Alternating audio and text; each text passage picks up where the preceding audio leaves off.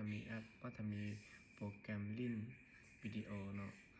เขาก็ข้ามไปลงที่ละโปรแกรมเนาะวิธีอาจารย์โดยสมาสอนวิธีการลงโปรแกรมพื้นฐานเข้าไปที่ Microsoft Edge แล้วพิมพ์คำว่า Night เนาะแล้วกด Enter เข้าไปด้านในตัวนี้เนาะแล้วเข้าไปลิงก์ตัวนี้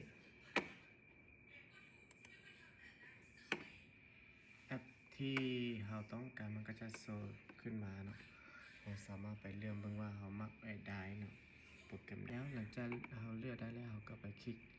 ใส่ get your night อันนี้เนาะมันก็จะดาวน์โหลดให้เรา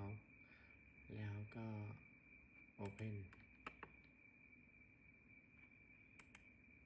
ไฟล์